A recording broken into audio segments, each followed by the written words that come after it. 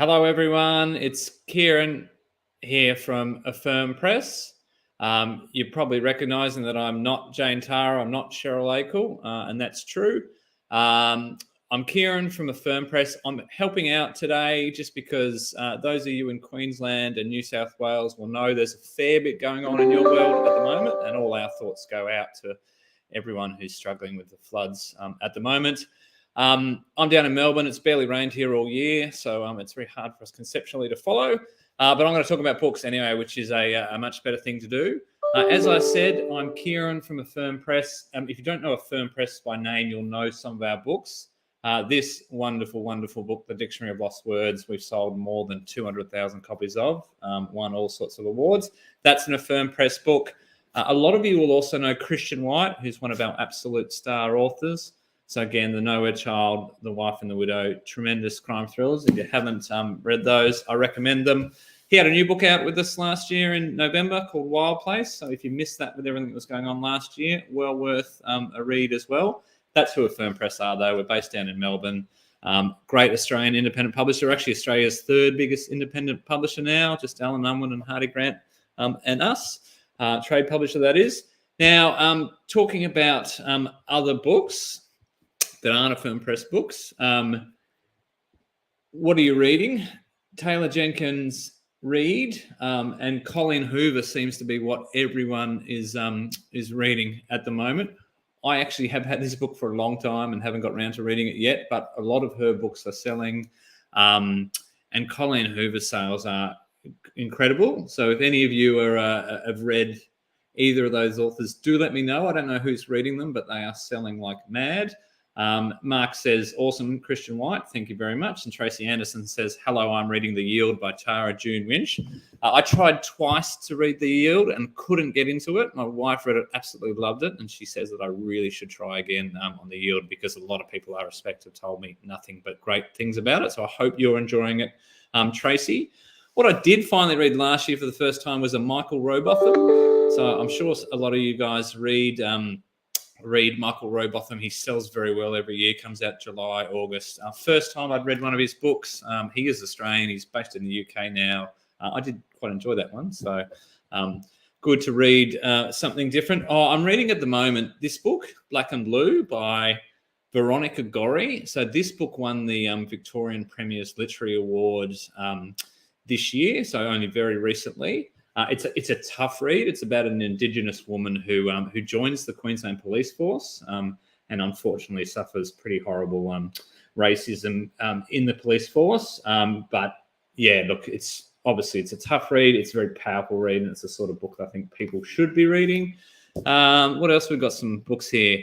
All the Ugly and Wonderful Things by Bryn Greenwood. Never heard of it, Danielle, but it sounds great.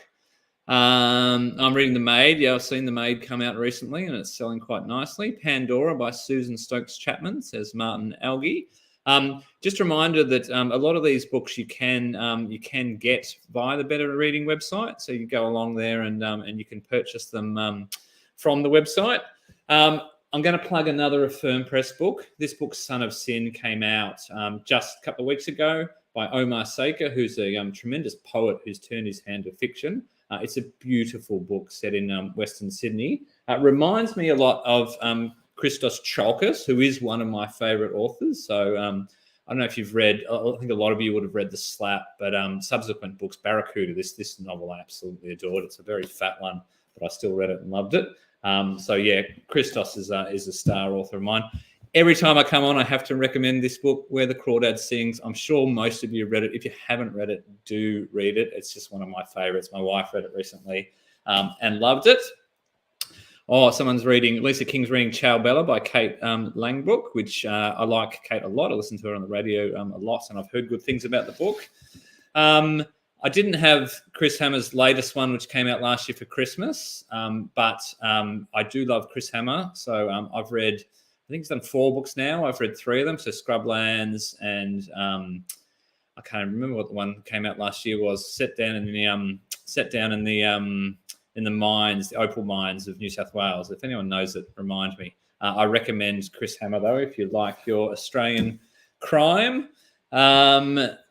What else have I got? Oh, speaking of crime, Emma Viskix has got a new book coming out, which I think I just saw on Better Reading either this week or the week before. Again, she's a prominent award-winning Australian crime fiction author. Her books, again, I haven't read it. Every time I see a new book, I think I must pull out one of hers. But she comes highly recommended from a lot of people I know. The Mother by Jane Caro is just got out as well. That Kirsten Peach has mentioned that. I sold very nicely this week, I noticed on the sales tracker, and that does look like a good title. Gary Dish is another Australian author who's been growing his sales quite strongly the last 2 weeks. Treasure and Dirt by Chris Hammer. Thank you, Heather and Heather Hill. I would never have got there. Treasure and Dirt. I really enjoyed that one. Came out Christmas last year. Gary Dish's books come out every Christmas as well. Well worth a look. Are you one of the people like me that finally gets around to reading a book that came out seemingly 8 years ago? I read this just before Christmas and I was like, oh, that's great. And I was telling people, and they're like, yeah, it came out 9 years ago. Everyone's read it. I'm like, yeah, okay. Doesn't mean it's not great. Hannah Kent had another one out for Christmas just been. If you like historical fiction, again, I'm plugging one of ours. I will always tell you if I'm plugging in a Affirm Press book.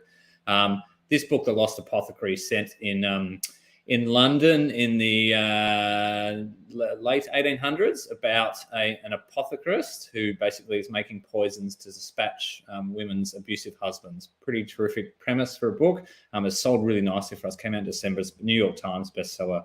It's written by an American woman called Sarah Penner. Gorgeous, gorgeous cover. Well worth a look. My wife is currently reading American Dirt, so again, one that's been out a while, but she is really enjoying it, and I have heard good things about this book. It was quite controversial when it came out because it was, people were questioning if it was her story to write for Jan Cummins, but it is a good book.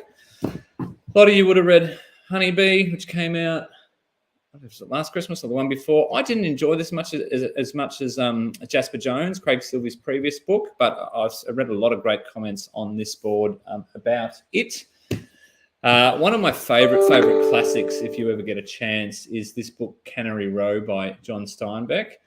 I don't like using these sorts of terms, but it's probably more of a man's boys book than a female one. All of my mates have read it. We all loved it when we were sort of in our early 20s, late teens. So Cannery Row, I really recommend if you want to get into Stein. Beck, Jenny Rhea says Burial Rights is awesome. Yes, it is. I finally caught up with the one there. Alita says Gary loves Gary Disher, which you're not on your own. Oh, thank you, Elizabeth, for saying you love The Lost Apothecary. I really appreciate that.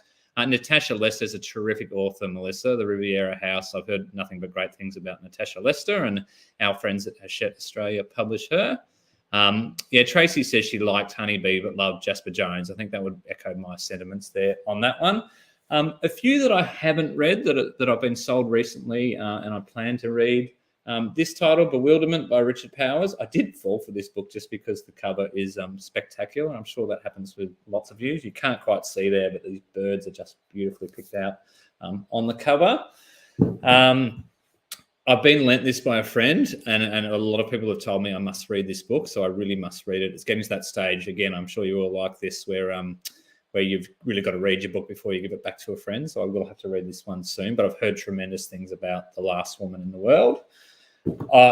This one too, I've heard nothing but good things on. So Amor Towles wrote A Gentleman in Moscow, which I think a lot of you will have read.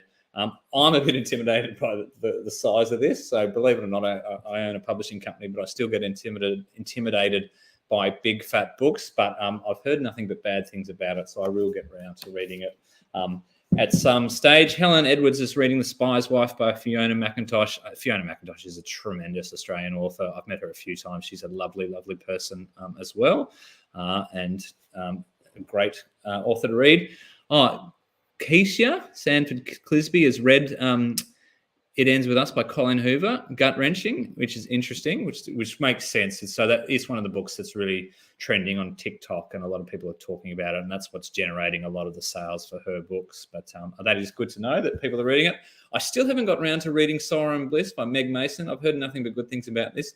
I have a little block where I don't like books with green covers. I think that's what's putting me off this one, which is stupid, I realise, but I think we all have our little quirks like that.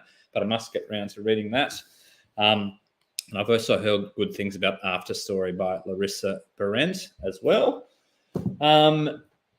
If any of you out there have kids, I know a lot of you probably do. My girls, so I've got girls aged 7 and 9, and they are in love with this author, which is Raina Telgemeier. These books, Smile, Ghosts, Guts, they are just reading and devouring. They are, I don't know if you can see, they are graphic novels, but personally, I don't love graphic novels, but these aren't sort of manga type stuff. They're actually just sort of everyday stories written in that graphic novel format. My 7-year-old read 2 of these in a day the other day, which impressed me quite a bit. I've got a couple more Affirm Press ones that I'll just plug before I go. Patty O'Reilly, I don't know if any of you have read any of her books. I think this is her 4th or 5th novel. First novel she's done for 5 or 6 years. She's a beautiful, beautiful writer. This is a gorgeous hardback publication. Beautiful story about cleaners, essentially, about 2 different cleaners and the insight they get into other people's lives, essentially. Roberta says, loved Where the Crawdads Sing, and I'm currently reading Before You Knew My Name by Jacqueline Bublitz. I actually bought that book, and I've wanted to read it a bit, and it's disappeared from my house, so I don't know what has happened to it. And you've been busy, Roberta. Apples Never Fall by Leanne Moriarty as well, which is great. This title's coming out in April for us. So Many Beats of the Heart. I don't know if some of you might know Carrie Cox. She's a Perth-based author who's written 2 or 3 novels with Fremantle Press. She's come across and joined Affirm Press. This is a beautiful, beautiful book. Anyone in that sort of 40 to 50-year-old age bracket who's been in a relationship for sort of 20 years will just love the sort of wisdom and humor and light in this book.